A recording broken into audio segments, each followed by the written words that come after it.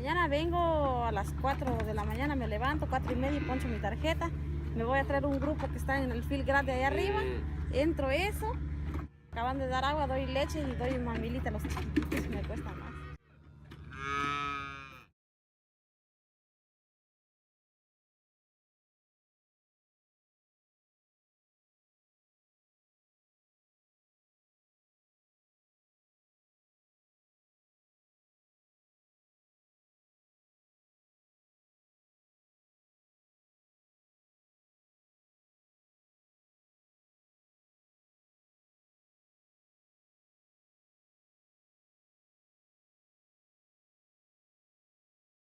GANAS started about 2 years ago in the spring of 2014. Selena and Andrea. And they said, John, don't you realize that there's a burgeoning Latino community in this area and there's no need to keep tripping down to the border in order to study it, analyze it? The Latino community in the area, which since I moved here 13 years ago has gone from about 3 people to potentially 250. Latino community is growing in the area, the undocumented community, the Friends of GANAS as we're now calling them. Most of them live in isolation.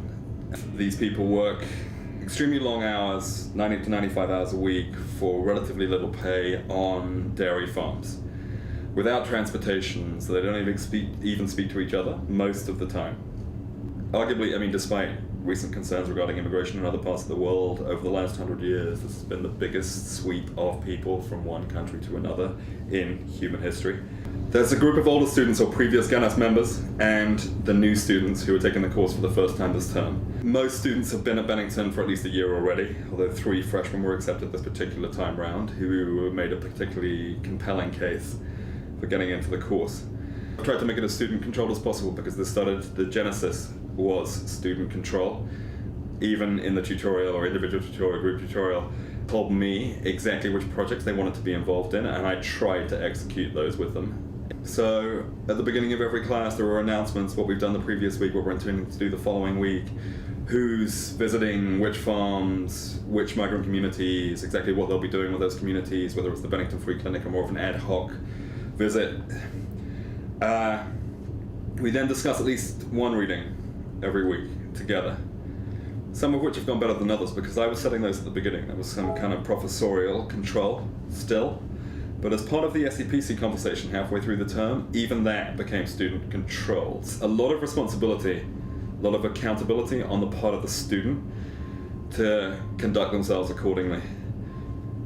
Coming as a freshman, I noticed the lack of people like me, and when I found out that there was a migrant population out there, I thought it would be really interesting to connect with them and hear their stories and what they had to say.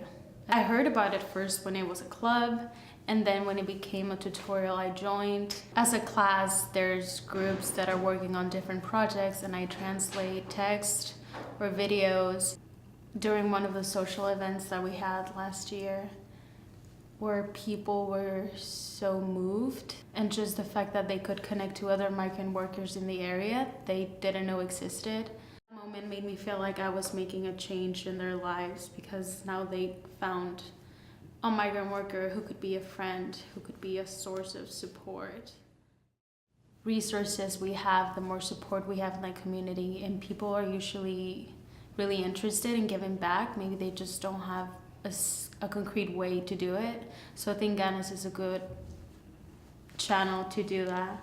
It was important for us to know about their struggles and about the things that they faced. I know the struggles undocumented migrant workers face daily. As a first generation student and a daughter of 2 migrant workers from Mexico, I see it all the time, and I wanted to give back to a community that I didn't even know existed here at Bennington.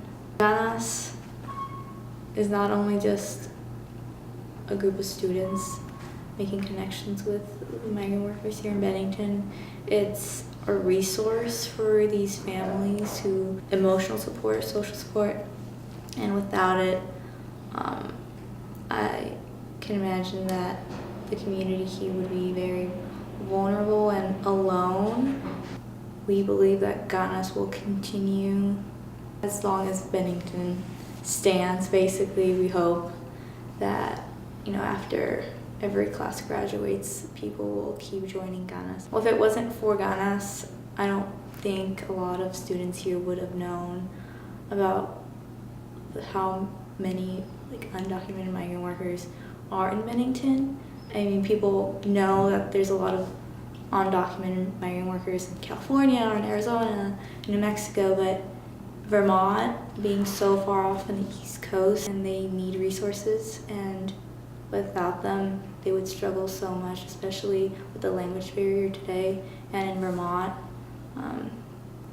like in San Francisco, Spanish is just a well-known language, and coming here to Vermont, no one really spoke Spanish unless it was Spanish class. And when it was a club, I wasn't a part of the club. I had friends who were, and so I taken a lot of the events that they had, got more interested, and whenever I heard it was becoming a class, I wanted to start this high school counseling program that I had in mind. I come from KIPP school, which is a school started in Houston. Now it's in lots of major cities across the country. It focuses on helping students from low-income communities get a quality education. Coming from that kind of high school, I figured that I can offer migrant families around the area, offer them the opportunity to actually get into college. Other colleges are now just beginning to get involved. And as I say, it's student-controlled, and it has always contained practice. At least half of the course is practice off campus with the community in question, and not just readings in my office or in a classroom or discussion. We always need help, but if you want to help, you need to be aware. Sufficiently aware to maybe express ways of helping from the very beginning. And not just in the sense of, it's obvious that these 16 students care about what they're doing and they're trying to be ethical, and yet not so ethical that it prevents them from acting. How politically correct this country has become, or the national discourse has become, academic discourse has become. In the end, this is about moments of contact with a community that does actually require assistance.